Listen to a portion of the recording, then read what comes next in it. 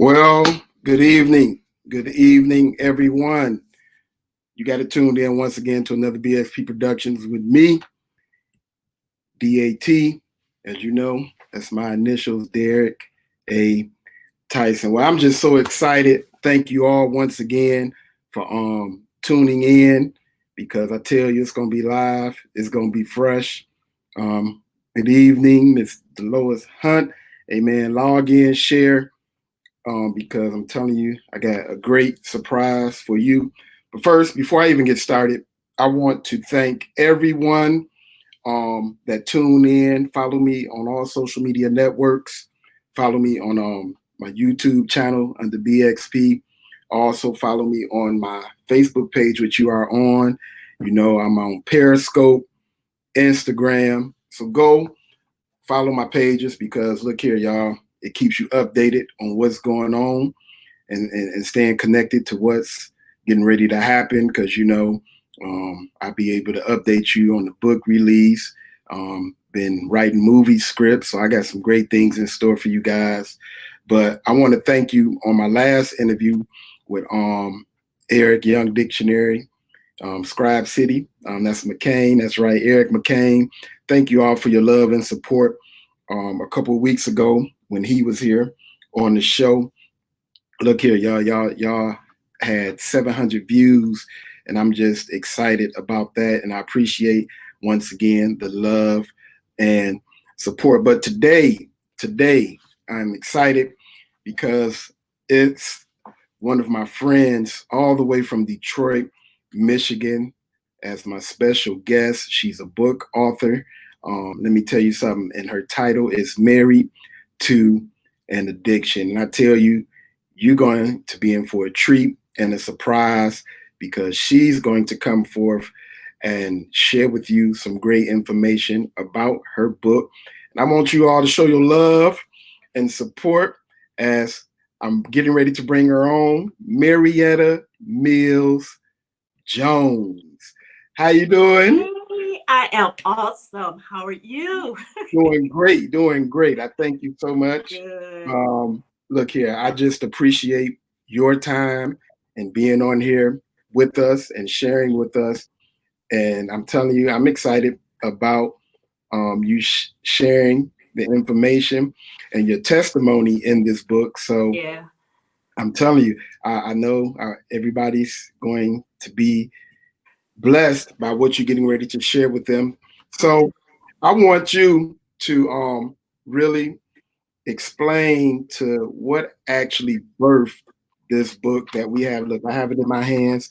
It's entitled Married to an Addiction. And look here, y'all know how I like it. I bring people on here that I know because I purchased the book and I like to be a blessing to people in their business, in their books, in their ministry, whatever the case may be. And I want you guys because to be a blessing to her and support it. I'll be giving you the information across the screen to where you can, purchase the book. And I guarantee you to be a blessing, especially after you get ready to hear how this book was birthed. Amen. So, Marietta, I want you to go ahead and let's start it off with how did you come about married to an addiction? Okay, well, first of all, thank you, my brother Derek. I love him to life. The book came about from my marriage. I originally started writing the book after I got married, and my husband started, or either he had a drug addiction. So initially, the book was supposed to journal us going through whatever it is we were going to go through. And I was just going to write about the ups and downs about being married to someone in addiction and pretty much looking to kind of just journal from where we were at that point where the drug addiction started in the marriage up until the point where he was totally delivered. We was walking together in victory and all these different things. But in the midst of that, maybe about four, or either I'll say when we got married, the drug addiction started a year into the marriage. Mm-hmm. And um, about, we were married 4 years. Mm-hmm. And at the end of that 4 years, he was actually murdered because of the drug addiction. It was a drug deal that had gone bad. Wow. And what ended up changing the title from Married to an Addiction with the letter 2O, I changed it to Married to an Addiction with the number 2, because in the midst of that, I learned that I had my own addiction. Wow. And it wasn't an addiction to drugs, but because I wanted to keep everything together in our marriage, I lost who I was. I became everything to him. My whole life was surrounded by taking care of him and making sure that he was okay, that, Marietta no longer existed.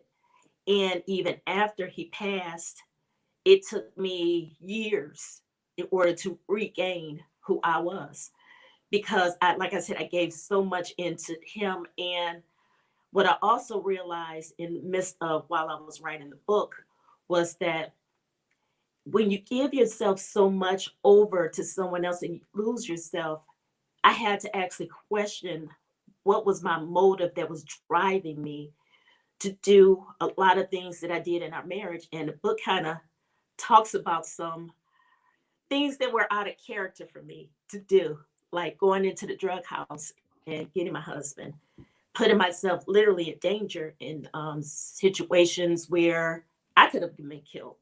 Mm. But the thing about what the book kind of talks about, mainly not just about his addiction, but also looking at the motive behind some of the stuff that I did. Right. And I had to ask myself some hard questions.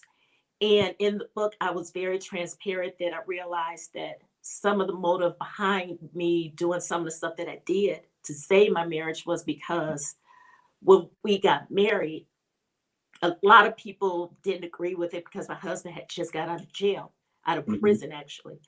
And so people were like, well, why are you getting married so soon? I wanted to be married. I wanted to be married. Mm-hmm. So that was one of the motivations behind why we moved so fast. And then the other thing was because people questioned why we got married so soon, that when this drug addiction happened, I had to cover up a lot of stuff. Right. And I didn't want to lose face that maybe they were right that we got married too soon. So I could let people know what was going on. Mm-hmm. So I'm out all times of the night trying to find him, making sure that he went to work, making sure that nobody knew what was going on in our house.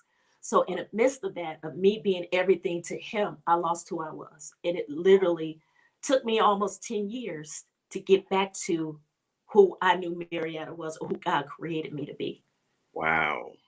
Yeah, so it was a journey, Mm-hmm. and I'm thankful for the journey. Don't want to go through it again. Will not go through it again. Right. But it was a journey for me, and it was a lot that I learned about me. So as much as I look at what my husband went through, and he was a good man. So I'm not to say that because he was, he had the drug addiction, that a lot of stuff that I did that he made me do. Because most of the time he would tell me, don't come out looking for me. Don't, Mm-hmm. put yourself in harm's way. But I had to make my marriage look good. I could not let people know what I was going through. So I had to make sure he was okay. But in Mm-hmm. the midst of trying to make sure he was okay, I was all messed up, Wow. totally messed up, totally. Wow. So it's a lot that was said, because I do understand when you try to cover up, people don't realize how much of a burden it can be, Hmm. especially when you have to go through in your mind what other people are thinking, Yeah. and they don't realize the fight and the struggle mentally, because it then brings about depression and anxiety and Oh, yeah. everything. And so the great thing that I'm really grateful for, and I know you are, is that you survived it. And a lot of people would not have been able to make it through it. Right. 10 years, you know, of, losing yourself and trying to get everything back. And so that's why I thought it was very important, and we just had to do it. And y'all know she's on all the social media. She's on Facebook and Instagram as well. And as you see it, you can go to Barnes and Noble and Amazon to purchase the book because there's an awesome testimony in this book. And for her to have overcome and covering up what she had to cover up. And I, even when I read the beginning of it, it was interesting to hear how you had to find out about the death of your late husband. And it was like, wow. And then how you tried to, it was hard to accept because Yeah. you didn't want to believe it. So pushing through all of that, and I'm quite sure a lot of people don't understand how to even deal with the grieving process. And Right. you're a strong woman of God. And I think, what are some of the things that even helped you deal with the grieving process and all the things that you had to endure with this? Actually, the main thing was this book. And the reason why I'd say that is because now my husband passed in '09, Hmm. and I published the book in last year, so that was 10 years since he passed. Hmm. That whole time I never dealt with my grief. I Wow. never dealt with it. I always, whenever I talked about my husband, I always, or either if I talked about his death, I always, oh, my husband was a good man, regardless to whatever he did, he still was a good man. And, I know he's with the Lord, regardless of the struggle that he had with the drugs. I Hmm. never dealt with me because I never looked at my part in what I endured. I always looked at he had the drug addiction. He was the one that was going through something. I never realized that I was going through anything. But Wow. then when I started writing the book, I was like, wait a minute, I was a little checked up. and Hmm. that Hmm. I needed healing because Right. there were so many areas. Because again, I was so engulfed in taking care of him. And even after his death, protecting his name, protecting his image, that I never dealt with my grief until I started writing this book, to where Wow. I realized, okay, um, he did some stuff and it hurt me. And Hmm. also, what helped me with my grief was because it had been 10 years since he passed. Hmm. And when I tried to have relationships and all of those feelings of abandonment, of, feeling like I was left alone, or just feelings that I had while I was married, and all that stuff Hmm. started coming back up. And I was like, what's going on here? And then I wasn't able to have a healthy relationship because I didn't deal with my past. So Right. as I was writing the book, I was like, okay, you had trust issues. Why? Hmm. You have insecurities. And I never was like that. I've always been a confident woman, not arrogant, but confident in who I know God had created me to be. But Hmm. I had lost all of those little bits and pieces. I lost all of that in my marriage, but I never dealt with it. But as I began to write the book, because again, like I said, initially the book was supposed to be just journaling Hmm. about what was going on with my husband. It had nothing to do really with me specifically. Hmm. But after he passed, and the Lord was showing me that you have an addiction as well. So it wasn't just his story. This is your story too. So as I started writing it, that's when the healing began.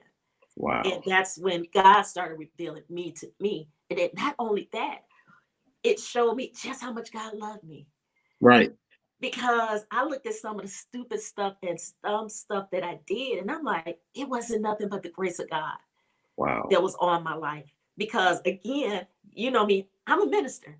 I Hmm. know the word of God. Hmm. I've read it, I've preached it, I've teached it, gone to Bible school, Bible college, did all the whole 9 yards. So how did I get here? Because Hmm. there were even times when I was dealing with my husband after he passed, you know, no, before he passed, I had to even ask God. I know what the word of God says to trust me, Hmm. trust him. I had to ask God, what does that look like? Because I Hmm. had lost, my vision. I didn't lose touch with God. I knew to call out to him, Hmm. but I had just lost myself so much that I had to ask God, what does it look like in this situation to trust you? Because I didn't know. Hmm. So it wasn't until maybe 3 or 4 months before he passed that I was like, okay, I trust you. And I just put him in God's hands. But as far as the total healing for me, it took me almost 10 years because I was stuck because I never dealt with my part. Mm-hmm. And I didn't own my part of some of the stuff that I did that caused me to be in the place that I was. Mm-hmm. So it took me some years. Wow. Years. Yeah. And I think even when I looked at the part, and I think you can correct me if I was wrong, when I seen the part of remembering that, I think that night when everything happened, I think he asked you to go with him to take the ride. Was that? Yeah. Yeah. And that was another thing that kind of, now to think about it, that was another instrumental part of it that kind of kept me from looking at me to get healed for me because I had guilt. I Mm-hmm. had a lot of guilt because I wondered maybe had I went with him Mm-hmm. and we weren't going to do drugs. He wasn't going to take me to do drugs or anything like that. But what he Mm-hmm. wanted to do was that night that he left, he said he wanted to start all over again. He wanted to start a fresh life, wanted to just forget about his past. And he literally took all of his clothes out of the closet, Mm-hmm. put it on the couch, took his shoes and everything. He said, let's take them over to his nephew James' house. Mm-hmm. And it was maybe like 2 or 3 in the morning. And I'm like, it's too, it's too late to be, trying to wake him up to take all this stuff over to his house. Mm-hmm. And in the midst of that, when I'm telling him, no, we're not going to do it, we'll do it tomorrow, he goes out, me not realizing that he was gone. And that's when the next day the police told me they found his body in the car. But just the guilt of what could I have done? Mm-hmm. Maybe if I had gone with him, maybe it wouldn't have happened. Mm-hmm. So the guilt of that, um, just the guilt of what could I have done Right. to make this whole situation different. Because before, whenever he did drugs, I kind of knew when the drugs were calling him because he would have certain mannerisms and he would do certain things, and I would try to distract him Right. from going out or hide the keys to the car because at that time towards the end we were only down to one car, so it was different things that I knew to do. So I'm thinking in my mind, what did I miss? Mm-hmm. What did I not do to keep him from going out that night? And Mm-hmm. so that whole guilt engulfed me as well to kind of blind me from seeing, number one, there was nothing that I could have done because the addiction that he had was his addiction. Right. And I had nothing to do with it at all. Mm-hmm. And my position as his wife, because I chose to stay with him, was to love my husband, but to hate Mm-hmm. the addiction. And once I came to that realization again, some years later, that's when the Lord started healing me and showing me that there was nothing I could have done. There Mm-hmm. was nothing I could have done at all. And it wasn't my fault. The only thing that I was responsible for were the actions that I took as far as going into the drug houses. And in some instances, being an enabler.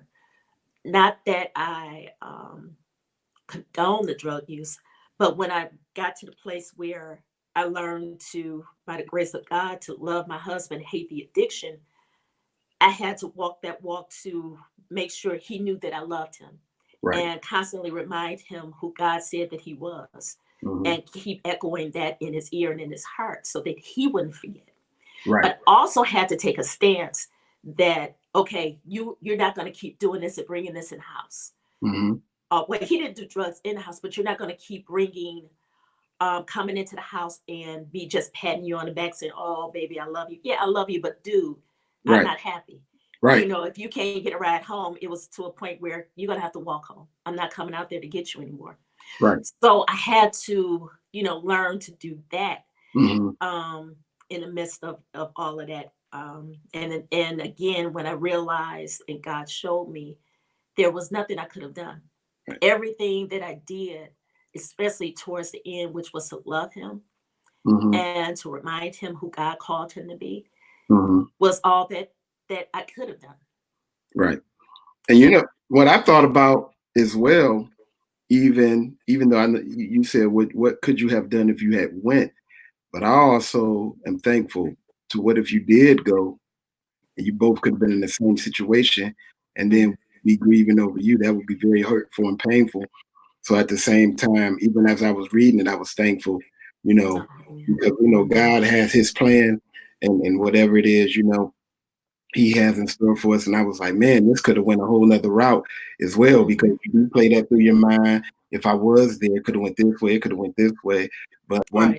thing, as I was reading it, is being thankful, that you could have been there, and like we said, like I just said, could have went a whole nother route, and Yeah. that could have been, a whole nother mind Yeah. grieving thing, and as well. So I'm And thankful. even in some of the situations, and I kind of talk about it in the book, that when I was going into drug houses, there Hmm. was one time my husband told me, Marietta, why are you coming in here? Because the one time I went into one house, they literally had shotguns like right behind the door. And I'm coming into these houses. And then there was another house on Burke Road in Detroit where they had the window open, and I'm telling them to, let my husband out. I know he's in there. I'm Hmm. putting my arm through the window and unlocking the door and opening the door and walking into these houses. Wow. So it wasn't necessarily that, he could have brought me into dangerous situations. I took myself into dangerous situations Right. because Right.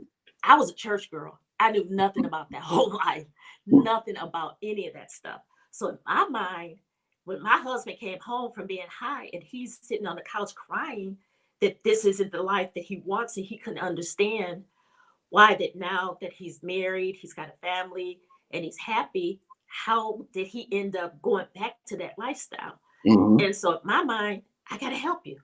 Right. You're telling me you don't want this, but you're still going out there. So I got to help you. Hmm. And then when he started realizing the danger and the extent that I was going to, he was like, Marietta, you got to stop this.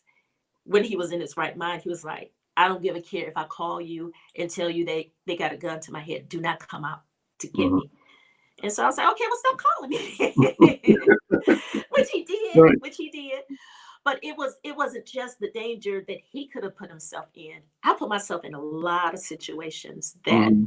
again, going back to what was my motive. Hmm.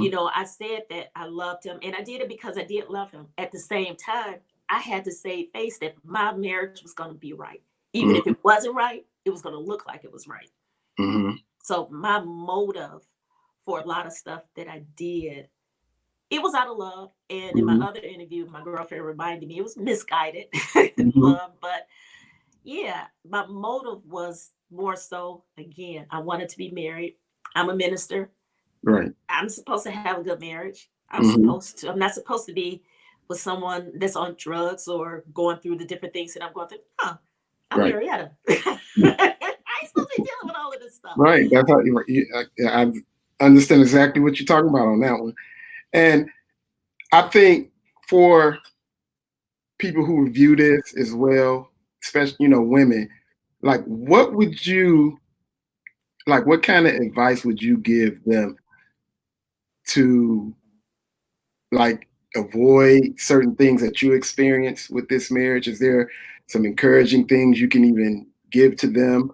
Like, I know you probably went through it in your mind again if you had to rewrite it, like for Mhm. somebody who may be going through this right now, because it's a lot of women that Right, deal with this, and they, like you said, it's the love, but at some point, where does it end or where does it break? Because it can end in a whole nother route. So right. what would you say to the viewers and the ones that will view this, to be able to encourage them and give them some pointers and guidance on what they should do? Well, the first thing is I would tell them, um, look and listen to the red flags. Hmm. Because number one, when we first got married, or before we were going to get married, like I said, he had just gotten out of prison. And I literally planned our wedding before he came home. And we were married within a month of him coming home. Wow. And when I asked God, about marrying him, and God said, he told me to wait. Hmm. And in my mind, wait means you didn't say how long. So Right. you just said wait. You just say, okay, so I gave it a month, so I waited. So in my Hmm. mind, I kind of listened to God, kind of. But um just look at your motive behind it. Why are you wanting to marry this person right away, especially if you see red flags and if God is giving you some type of uneasiness in your spirit? And then the other thing is to sit down and talk to somebody that you trust Mm-hmm. and get a second opinion. Now, with me, I did talk to my pastor, I talked to Bishop and Pastor Kim. And the thing about that was I still didn't listen because Mm-hmm. it was because you can still have wise counsel. And again, my motive behind everything I did was I wanted to be married. I was so, focused on just wanting to be married Mm-hmm. that I didn't listen. I had some people that agreed with us. So I'm like, okay, I'm going to go with these people. But I Right. had some other people that were saying, wait. So it's like, who do I listen to? And I was Mm-hmm. like, okay, God, you're going to be with this. So I put God on and say, okay, God, you got me regardless to whatever we go through. You Mm-hmm. got me. But I would tell them to, again, look at your motive. If you're seeing red flags, if you're um, noticing that they have a past and they have a history, which all of us do. Don't get me wrong. I'm not negating that you should, or like not saying that you should count someone out because of their past. Because Mm-hmm. if that's the case, we all be counted out. We all have some Right. type of past. But Correct. there always is a check in our spirit, Mm-hmm. always. If we Mm-hmm. just stop and listen and talk to someone that you know will tell you the honest to God truth. And Mm-hmm. not just tell you something that you might want to hear or that's going to make you feel good, but that's going to tell you, oh, you need to slow your roll. Right. You need to take all of these things into consideration and get counseling. Mm-hmm. Get counseling. Definitely get counseling. Definitely get counseling. Right. And I think a key thing, even that I heard you said, and this is my whole thing now after gaining the wisdom I have, is I truly believe and stand on now.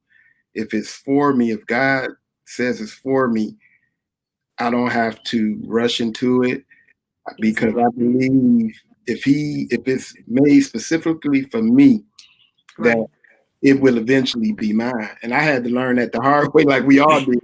because when you want something, you want it, and Right. it's always easy to agree and take the advice of those that we want to hear. The yet, oh yeah, go ahead, because Oh I yeah. always Oh, know. y'all look so good Right. together. I know what that is. Oh, y'all are Right. so beautiful.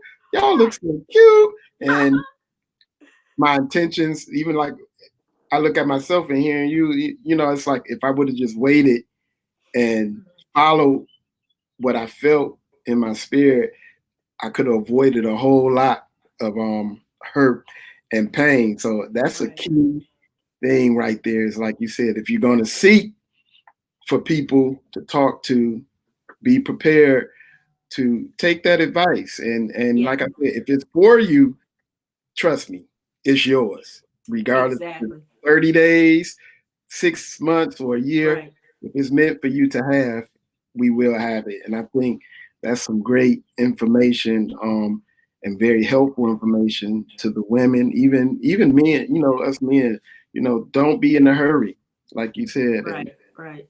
seek and discern. And I guarantee you, like I said, if it's meant for us, we will have it Right. because Now I know you're supposed to be interviewing me, but I got a question for you.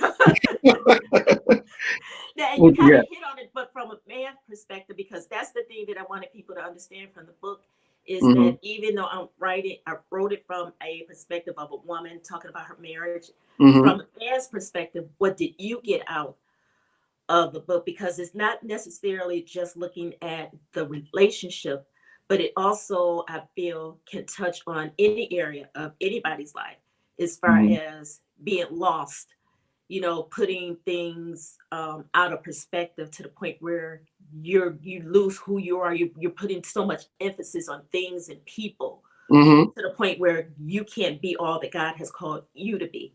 So Right. is that something that you kind of, I guess, to ask you from a male perspective, just so people know that it's not a chick flick. Oh yeah. you know. Yeah. Most definitely. I truly think, especially with males, our mindsets are so different. It's so many things I've been trying to write to help a woman understand the mind of a man. Oh, I want that book. Give me that book right now. Because it can be a lot. But I just think that men have to really, first of all, they have to be able to seek God Right. and really be willing to change and know what they want. A lot of That's men really good. don't know what they want. That's good. And I do believe, I think at one point they do want true love and want to be able to love a woman unconditionally, but they have not yet dealt with the spirits and things within them to really love that woman and not embarrass that woman like they should. Hmm. So you have to get to understand and know yourself before you Right. want to continue to attach to one, attach to another. That's why so many of you women, you go through so much because they have not fully been healed. And Hmm. that's what I like about, your book, because you let it out and you let people know, you can recover from the Right. wound and the hurt that you have experienced. And I think if we learn, even as men, to learn to really deal with our hurts and our Yes. pain and not think it's wimpy or we too soft for that, and not play with women's hearts and feelings. Because I always say, if somebody mom, sister, Come on. mom, sister, or daughter. And Yes. I tell people all the time, men especially when they like to talk, I say, you have a mother, you may have a sister, and you may have a daughter, but Yes. they will heal or hurt somebody that mistreat them. So I said, well, why do we treat women the way we do when that's That's good. somebody mother, That's daughter, good. or sister? I said, so we contradicting ourselves. So if we Right. learn, the main thing is when you put God first, everything else will follow behind that. So a lot of women date men that's not even trying to build a close relationship with God. If you're a True. Christian woman, I say, look here. If you ain't nowhere, have no desire to even want to Come build on. a relationship with God, that's a flag right there. Don't even waste Exactly. time. So Exactly. Because if he can't love God, he can't love you properly. right, right. Yeah. And there's a ton of signs, but again, I think that to make it short, if we learn to love ourselves and get to know who we are, Mm. then we will be able to love a woman unconditionally. Because I always say you don't love what you hurt. Oh, that's good. So, well, I'm gonna say you don't hurt what you love. So that's the way it's supposed to go. Like if I love you, why I wouldn't hurt you. We love our mother, but we don't hurt. We love our children, but we don't hurt what we love. So Not intentionally and repetitively. right, right, and just keep doing it and doing it. And oh, I'm sorry, no, come on now. At some point, we got to grow up and understand what God has blessed us with the queens that He has placed in our midst with, which is Right. woman. And we don't realize that God created women to help us when Adam and Eve. So we got to appreciate what He has given us to help assist us. Yes. And so Yes. I'm just thankful, like I said, and I think with this book, people, you would get some great information and get to feel the hurt and pain and the struggle, but also get to see how to deal with the issues and how to find yourself, because it's not easy to go through loss and then you still lost and then you have to find yourself and all that. Yeah. And it's a blessing, and I'm just so thankful that you was obedient to write this and share your story and testimony with the world. And Yeah. we got to get to 1 million copies. Like I tell everybody, we got to push, push, and push, because people need to hear this, because it will set people free from the same situation or a similar situation. So again, I just expect everybody that views this and that will share it just to be a support to Marietta, because I'm telling you, it will definitely bless your life. And you can I want you to share with them, even though it's applying across the screen, if you want people to know where to get the book from. And I know you have autographed copies where they can go. So go ahead and tell them where they can purchase the book, how much the book costs, and all that. Oh, okay.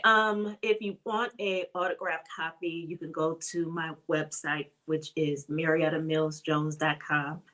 And the books are $12, and I think the shipping is $2.45 or something like that.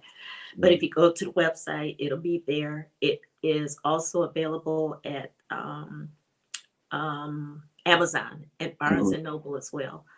So you can get that there also. And then there is going to be a part two to the book Oh, that's going to be coming out in January of 2021.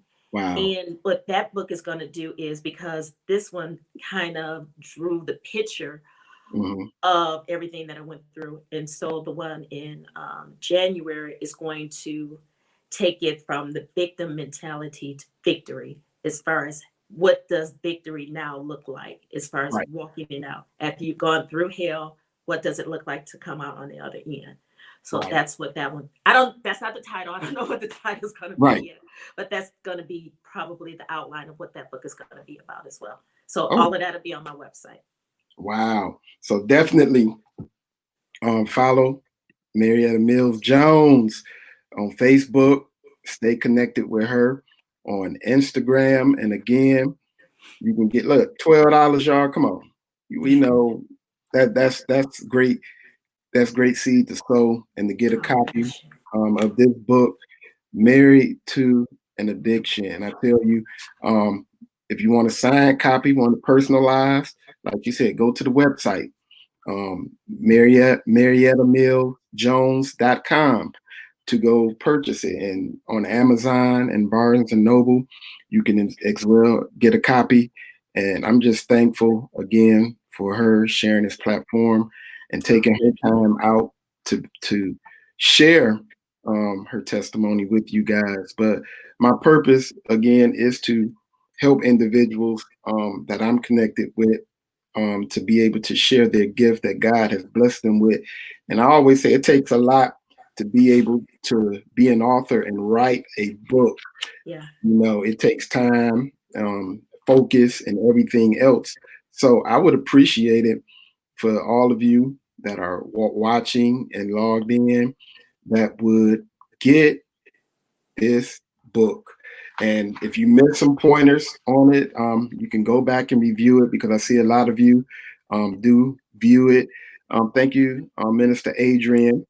Oh, Um, that was McCain. That's the guy who I interviewed, Eric McCain. His mom, she's such a blessing. She um, goes to our ministry, and it's crazy because one of my middle school friends, Danny, he's on here, mm. um, and he's from Detroit.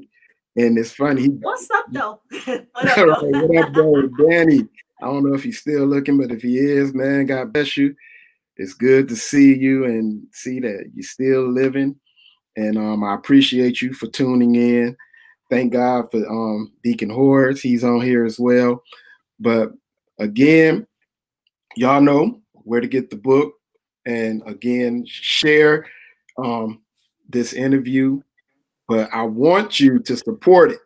That's my main thing. I want you guys to support it and get Yes. copies of the book. Now, if I um, can get a couple of individuals. There you go. What's up? There you go. What up? What up, though? Hey, Damon. Yes, I did say what up, though. Right, right, My brother-in-law. right. That's how we do. That's normally my Y'all know like. that's What up, Detroit all though? day long. All day Right. long. I love it. I love it. I want to and that they you can do it how you want, because I'm a cash app you for 2 books and to give Oh. away to whoever inbox you on Facebook. So I want y'all to Yeah, I have a lot of comments that I see here on Facebook. So Yeah. because I believe what you make happen for others, God will make happen for you. And and Amen. and I like I know Eric, he tried to give me books. I said, you ain't giving me nothing. I'm supporting you Oh, because I feel like $12, $20, we spend that at well, if you eat fast food, I don't really eat much no more. But if we or go if you go get get your nails done, how right, about exactly. that? Exactly. And I feel like we have too many friends on our networks, social media networks, that when it's time for us to celebrate our accomplishments, we don't do it the way we thought they would do it. But I just want us to let's break that cycle. Like we say, support small business. And I believe this is a business because she's an author. She has books for sales. And part two is coming out that I'm excited about. So I want you to be able to be prepared for January 2021 and get the part two to this book. Whoever knows, it could be a movie or something. Marietta, I think she's the first one that typed up my screenplay. I did. And I remember me and Gandy's like, Marietta, you got that ready for us yet? So I Yes. appreciate you always was a help. And you never forget those who always helped and supported you when you were trying to do things. And so I really appreciate Marietta because she always, when we asked, even with our family, I think we've known each other. I was what 16, 17, something like that. So you talking years. Yeah, it's been about like 26, Yeah, 26 years. yeah, around it. Well, yeah, 20, 26, 36. Yeah, because Mama Oh, wasn't even born. it's been almost 30 years. Yeah. Yeah, Yep. it's been almost 30 Yep, years. you're right. So that's a long time in a relationship, Oh, yeah. especially to still have friends, even to see my friend Danny from middle school. It's a lot of my middle school friends I still see that's living and doing well, which is a blessing. And Yeah. so, again, thank you and Oh, keep the blessing. oh, thank you. Oh my gosh, thank you. Thank you, thank you, thank you, thank you, thank you, thank you. And thank everybody. And I'm gonna respond to everybody's notes on here that responded on Facebook. But thank you guys. I have people from And Maryland and everything that's on here that I really I'm thankful for. So yeah. oh well, good. I want make sure you let me know how. I know you say if you want to use the Cash App or not, so I can Cash App you. And whoever inbox you that want the free copy, I want to be a blessing to two, couple and the two people that would like the book because I know Okay. it would be a blessing to you.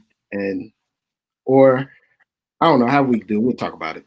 But Okay. I send you the money. I'll And make sure to pick you two people. right, right. So again, people like, share, and the blessings of God and peace of God be with you. And once again, bless you, Marietta, bless your home, bless your Thank mom. you. We Thank speak you. Thank you. increase, overflow, and favor over your I life receive it. I because receive it. I truly believe God has so much in store for you because I believe his word when it said those who sow in tears will reap in Amen. joy. I receive that. Oh my gosh. I receive that. Thank you. Amen. So Yes, I continue to receive it. push and continue to live and be happy. And this won't be our last time because I know you got so many more great things in store and ahead of you. So again, Thank thank you. you.